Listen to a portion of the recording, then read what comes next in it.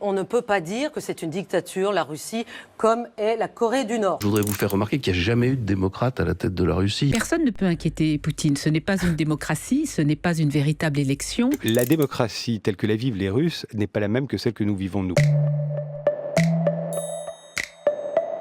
Le terme de dictature n'est pas celui que nous, on utiliserait en sciences politiques pour décrire le pouvoir russe. Il simplifie un petit peu trop la nature du régime politique.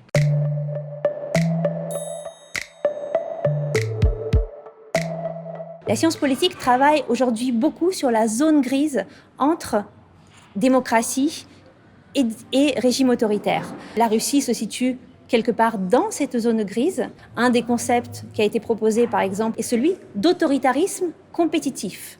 Un régime autoritaire, mais qui va introduire un certain degré de pluralisme et de compétition dans son fonctionnement.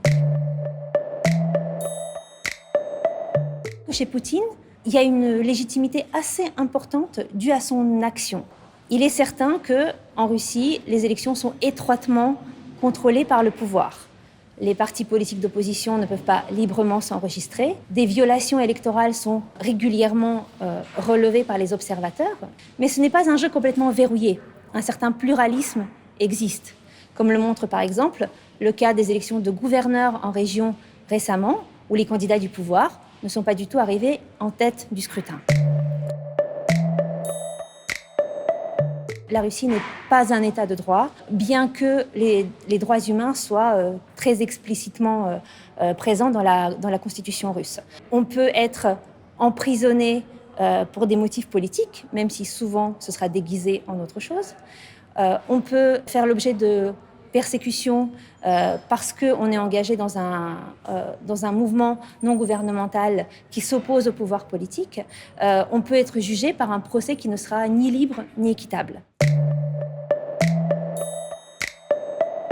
Les groupes LGBT sont aujourd'hui en Russie dans une situation de persécution officielle par l'État.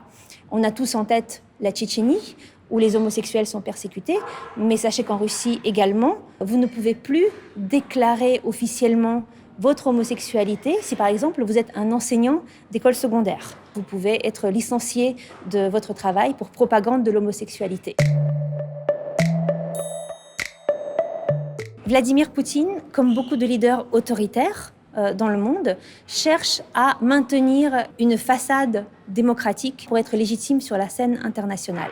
Aujourd'hui, en Russie, existe un grand nombre de médias d'opposition qui sont accessibles souvent en ligne, souvent à un public assez grand. Vous avez des opposants politiques qui s'expriment, mais d'une part, ils ne peuvent pas être admis dans le cercle politique institutionnel, c'est-à-dire qu'ils ne seront pas entendus du grand nombre, et ils ne participeront pas à la politique. Et d'autre part, ça peut être dangereux pour leur liberté et pour leur vie. Mais le pouvoir de Vladimir Poutine laisse les citoyens faire sortir un petit peu de critiques, notamment celles qu'ils jugent constructives.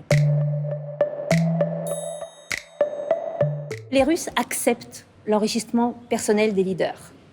Lorsque une enquête conduite par l'opposant Navalny va mettre en évidence les villas et les richesses du Premier ministre Dmitri Medvedev, ça suscitera très peu de réactions de la part de la population russe. La grande majorité d'entre eux va noter une certaine amélioration de leur niveau de vie qui a eu lieu dans les années 2000, notamment dans la première décennie 2000, où les revenus de l'État russe étaient très élevés en raison du haut prix des hydrocarbures. Poutine a fait le choix, non pas de développer le pays, mais d'augmenter les salaires des fonctionnaires, d'augmenter les retraites. Les Russes ont eu l'impression que le président a redistribué un petit peu de richesse du pays et quelque part, ils se disent qu'il est normal que des riches se servent au passage et que des leaders politiques se servent au passage dans ces richesses. Vladimir Poutine est aujourd'hui au pouvoir depuis quasiment 20 ans, ce qui veut dire que toute une génération de Russes qui ont voté pour la première fois lors des dernières élections n'ont connu que Poutine comme leader de leur pays. Et au sein de la population, il y a un certain ressentiment, notamment chez les jeunes, qui commence à monter. Non pas parce qu'ils sont mécontents de Vladimir Poutine, mais parce qu'ils se disent « Quoi, il n'y a donc que lui ?»